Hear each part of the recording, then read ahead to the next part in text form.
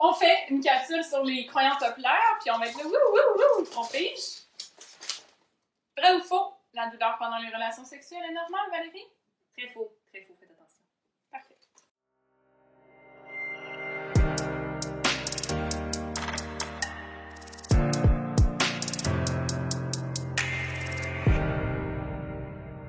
Bonjour, donc aujourd'hui on vous propose une capsule un petit peu différente.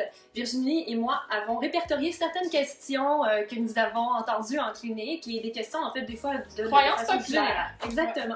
Et puis ces questions ont été écrites sur des papiers et l'une à la suite de l'autre on va piger un papier et répondre du mieux qu'on peut à cette question.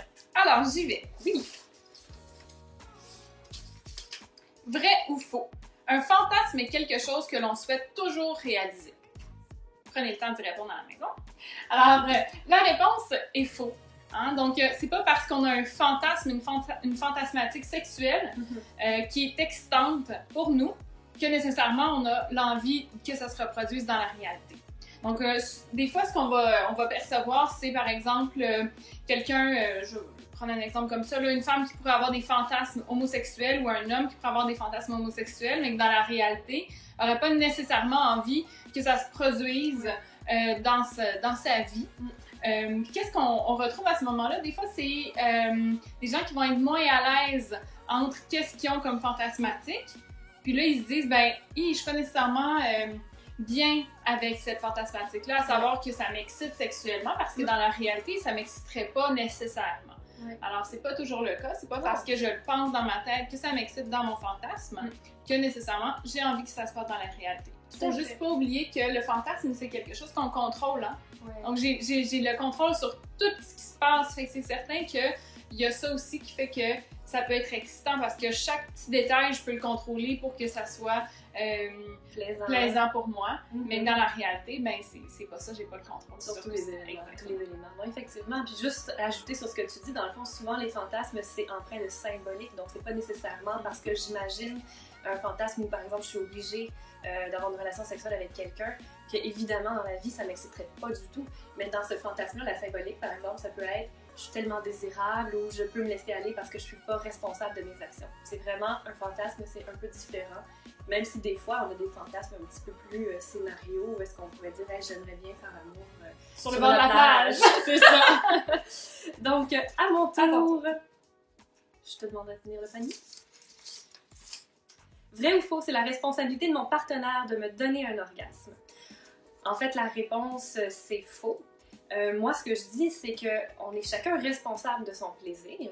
Évidemment, on souhaite toujours que notre partenaire veuille nous donner du plaisir aussi. Ce serait toujours souhaitable. Par contre, il n'est pas l'entier responsable de notre plaisir parce que même si lui ou elle, c'est la meilleure technicienne au niveau technique sexuelle, ben moi, si je suis pas connectée à mon corps, à mes sensations, si je suis pas à l'aise, si je suis peut-être dans ma tête, si je suis stressée, en fait, il y a beaucoup de raisons pour lesquelles finalement on peut pas se laisser parfois aller au plaisir. Donc, on est l'entière personne, en fait, primaire, la première personne responsable de son plaisir sexuel et de l'orgasme aussi.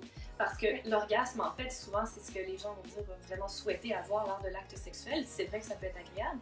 Mais ce n'est pas non plus le but ultime. Puis si on focus que là-dessus, puis qu'encore une fois on est dans notre tête, ça se peut que ça n'arrive pas. Donc c'est vraiment quelque chose qui demande la communication, le plaisir et l'orgasme. C'est quelque chose qui demande d'être aussi dans la connaissance de son corps et puis de prendre responsabilité, évidemment, au moins en partie là, de ce plaisir-là. Oui, donc de ne pas attendre que l'autre devine c'est quoi que j'ai envie, puis qu'est-ce qui me fait plaisir, parce que c'est lui ou elle qui devrait le savoir. Exactement. Donc, on n'est pas dans l'attente, on prend son plaisir en main.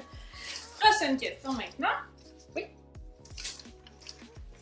Vrai ou faux, les gens qui se masturbent alors qu'ils sont en couple, c'est parce qu'ils sont insatisfaits sexuellement?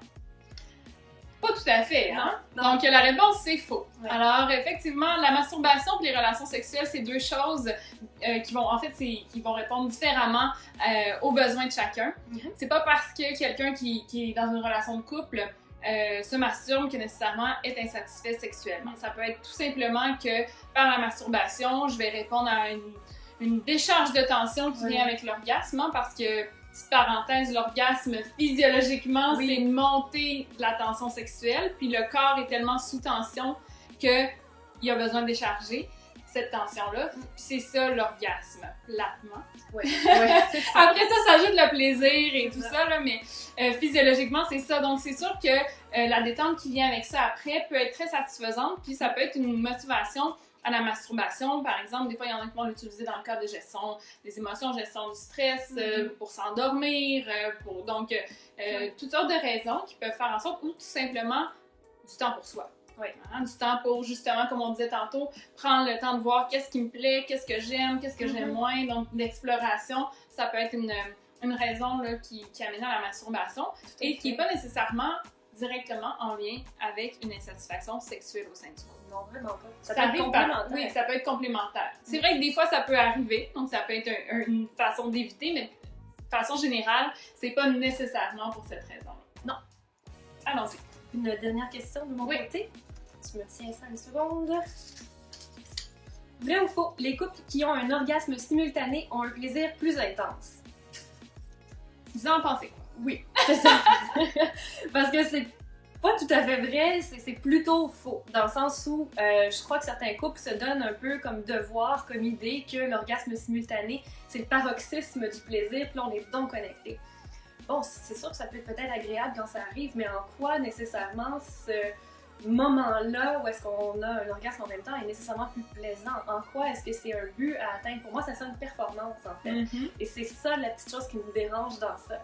C'est une expérience comme 1000 autres expériences qu'on peut avoir et je prioriserais pas l'orgasme simultané comme étant donc plus intense et agréable, je pense. Oui, puis en même temps, ça ne veut pas nécessairement dire que c'est parce que là, on a atteint le summum de notre complicité. Ouais. Oui, ça peut être aidant du fait d'avoir l'orgasme simultané, donc la complicité qui est là au niveau sexuel, mais c'est pas parce qu'on n'arrive pas à avoir un orgasme en même temps que nécessairement notre couple est moins connecté. Ah, tout à fait. Puis je pense que c'est ça, je dis, tu sais, si ça arrive, tant mieux, peut-être qu'on a bien communiqué, peut-être qu'on est bien alignés ensemble, la connexion elle est bonne, mais c'est pas nécessairement le but à atteindre, au sens où j'ai déjà vu des couples, c'est là, il faut qu'on y arrive, puis là, il y a comme une pression finalement autour de ça qui fait qu'on y arrive finalement pas, là. Ouais. Et finalement, ça ne dit pas tout là, de notre relation sexuelle, ça ne dit pas tout de notre aisance à deux non plus. Donc, il faut juste comme être un peu flexible par rapport à ça pour faire attention quand on y pense.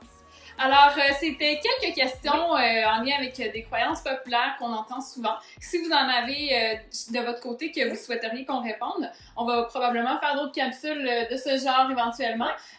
Donc, envoyez-les nous.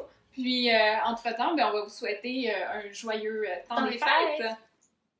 La connexion, on est venus en même temps. Un peu trop coquin. Mais c'était visuellement attrayant. C'était beau.